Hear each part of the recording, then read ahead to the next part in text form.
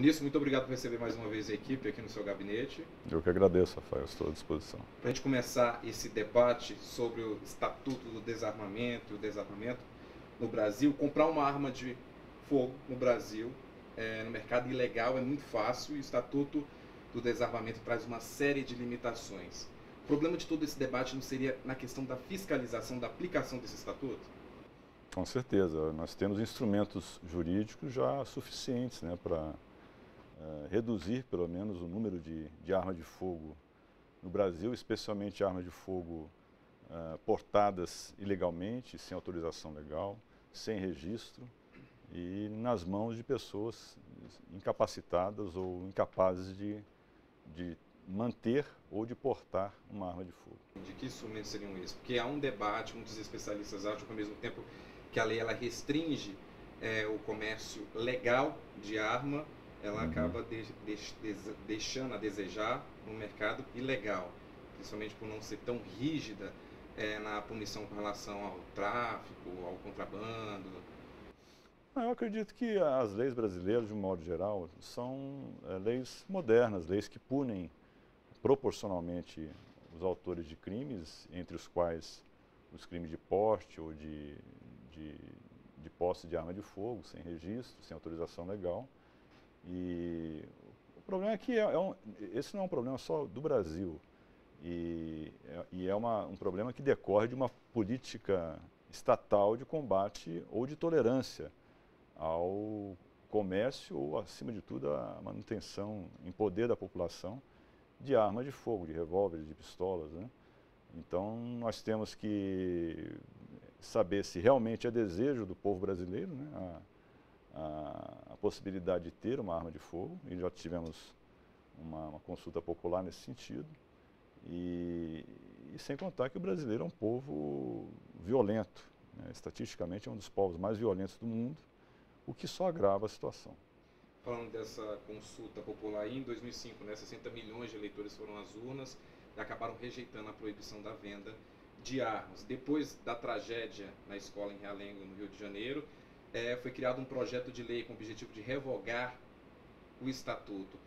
Qual a posição do senhor com relação a isso? Você acha que criar uma lei, uma nova lei, não acabaria restringindo aquelas leis anteriores e isso deixaria a justiça um pouco lenta, complicada com relação a esse assunto? Eu particularmente, pessoalmente, sou uma pessoa absolutamente contrária ao comércio, à posse, à manutenção de armas de fogo por pessoas que não sejam aquelas integrantes da segurança pública do Estado, né? Eu tive a oportunidade, inclusive, de, como Procurador-Geral de Justiça do Ministério Público, em 2005, aderir a então campanha. Institucionalmente houve essa adesão, nós facilitamos a entrega de armas de fogo no Ministério Público, e de modo que eu acho que as instituições, não apenas as pessoas, os agentes públicos devem, de alguma maneira, olhar para essa questão com olhos um pouco mais sensíveis, né? Porque realmente é um grande fator de criminalidade, de desagregação social, de violência urbana, sobretudo, e que nos envergonha, estatísticas que nos envergonham no cenário mundial, né? Nós hoje temos o Brasil como o segundo país no mundo com o maior número de mortes causadas por arma de fogo. E isso é um dado estarrecedor, e nós precisaríamos enfrentar essa questão de modo mais incisivo. Entendi. Falando dessa questão da campanha, muitos especialistas, muitas pessoas debatem um pouco sobre essa campanha, porque a pessoa que tem a arma, ela acaba entregando essa arma para a polícia, muitas vezes não há uma investigação de como essa pessoa conseguiu essa arma, e você levando no lado da criminalidade, por exemplo, você não acaba deixando de investigar um possível crime que estaria envolvido com essa pessoa que entregou essa arma. Mais uma vez eu digo, é uma questão de opção de uma política estatal. Na época, houve uma espécie de anistia em relação a saber a origem dessas armas. O que importou para o Estado brasileiro foi recuperar e destruir o maior número possível de armas de fogo que estavam em poder de civis, né, sem autorização legal. Então, se estimulou a entrega, até se indenizando em algumas hipóteses, a restituição, ou a devolução, ou a entrega dessas armas para o Estado. Eu acho que foi uma opção válida, na medida em que reduz o número de armas em circulação, e é claro que é uma medida ainda insuficiente, e os números mostram que isso não foi, de fato, eficaz para diminuir essas estatísticas tão alarmantes. E todo esse debate em torno do desarmamento acaba colocando uma questão jurídica, que é aquela das garantias dos direitos constitucionais, a vida, a segurança, que acaba demandando, por exemplo, uma arma com relação a isso, porque muitas pessoas questionam isso pelo fato de não haver uma segurança pública eficiente, e eu, para ter a minha garantia constitucional à vida e à segurança, eu preciso de uma arma para me defender. Eu digo mais uma vez que, pessoalmente, eu acho um raciocínio muito equivocado o cidadão achar que porque ele possui uma arma de fogo, ele está mais seguro. E dizer que, como o Estado não tem sido capaz de lhe oferecer uma segurança mínima, ele teria esse direito a se preservar contra eventuais ataques de pessoas contra o seu patrimônio, contra a sua própria vida ou a vida de seus familiares. Nos países, por exemplo, os Estados Unidos, que também tem uma política muito liberal de uso de armas de fogo, nós vemos também dados muito elevados de violência urbana, generalizada, né? Outros países, como o Canadá, que permitem, com algumas restrições, o porte de arma, ou pelo menos a posse de arma, tem números já bem reduzidos, o que indica que isso tem muito a ver com a cultura de cada povo, a própria percepção dos limites que decorrem do uso de uma arma de fogo. E, portanto, como nós não temos uma cultura de paz, uma cultura pacífica, de convivência humana, dizer que eu estou mais seguro na posse de uma arma de fogo, ou que isso vai me garantir o direito a preservar a minha vida, é algo um pouco consistente, eu diria, né?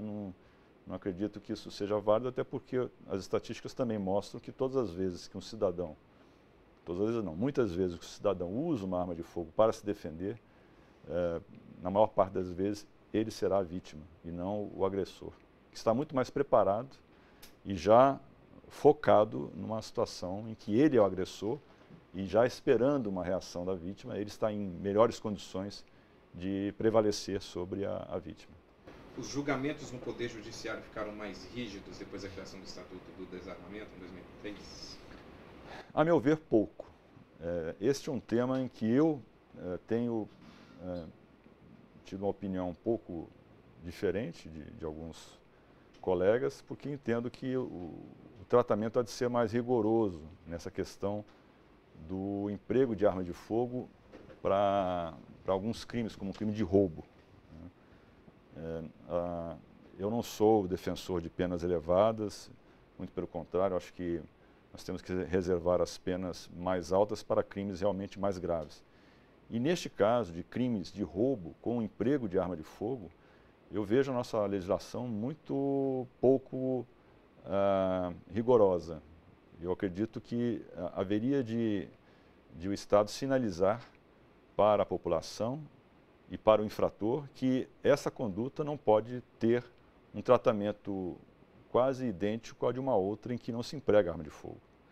Eu me refiro, por exemplo, ao crime de roubo com emprego de arma de fogo e em coautoria. Se alguém comete essa conduta, a pena mínima é de 5 anos e 4 meses.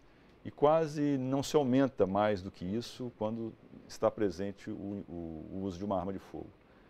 Também o regime de pena, eu acredito que deveria ser, quando se empregasse arma de fogo, o mais rigoroso que é o fechado. Porque proporcionalmente, como a regra da proporcionalidade, é a maneira de sinalizar para a sociedade e para o infrator que quem se vale de um revólver ou de uma pistola irá receber uma pena mais elevada e um regime mais rigoroso do que aquele que opta por praticar o crime sem o emprego de uma arma tão letal quanto é um revólver ou uma pistola. O senhor acredita que o debate sobre o desarmamento não vai além desse assunto, como, por exemplo, a questão da progressão do regime prisional? Vamos supor, uma pessoa que ela é condenada por um crime, ela é condenada a 6 a 8 anos por um crime, ela acaba conseguindo aí ficar apenas 2, 3 anos. na cadeia e acaba voltando a cometer outros crimes. Na verdade, ela fica análise menos tempo do que isso, né? Em verdade, a nossa legislação permite que com um sexto já haja progressão. Então, se uma pessoa é condenada por cometer um roubo à mão armada e recebe uma pena entre 5 anos e 4 meses e 6 anos, por exemplo, com menos de um ano ela estará em regime aberto. Menos de um ano, às vezes 8 meses, 10 meses, porque a nossa legislação permite que isso aconteça. Então, de fato, eu acho que até por isso o regime fechado seria, pela gravidade da conduta, o regime mais aconselhável. Mas isso é uma posição pessoal, eu devo fazer essa ressalva, e tenho feito essa ressalva pessoal, mas o fato é que nós temos entendido de maneira diversa. Nós temos entendido que, a não ser que haja um fato muito mais grave na conduta, como, por exemplo, o réu ter disparado a arma, ter agredido efetivamente a vítima, em princípio o regime será o semiaberto, e se houver algumas dessas circunstâncias, aí sim o regime será o fechado. Então, na opinião do senhor, a mudança disso seria um avanço na justiça? Para alguns seria um retrocesso. Tudo depende da ótica. Na minha visão, seria um avanço. Eu acho que nem tudo aquilo que é contra o réu significa um retrocesso. Eu me considero uma pessoa até com posições, digamos, liberais em alguns pontos, mas em outros como esse eu entendo que há que se desenvolver um raciocínio, uma interpretação um pouco mais rigorosa do que é que se tem dado.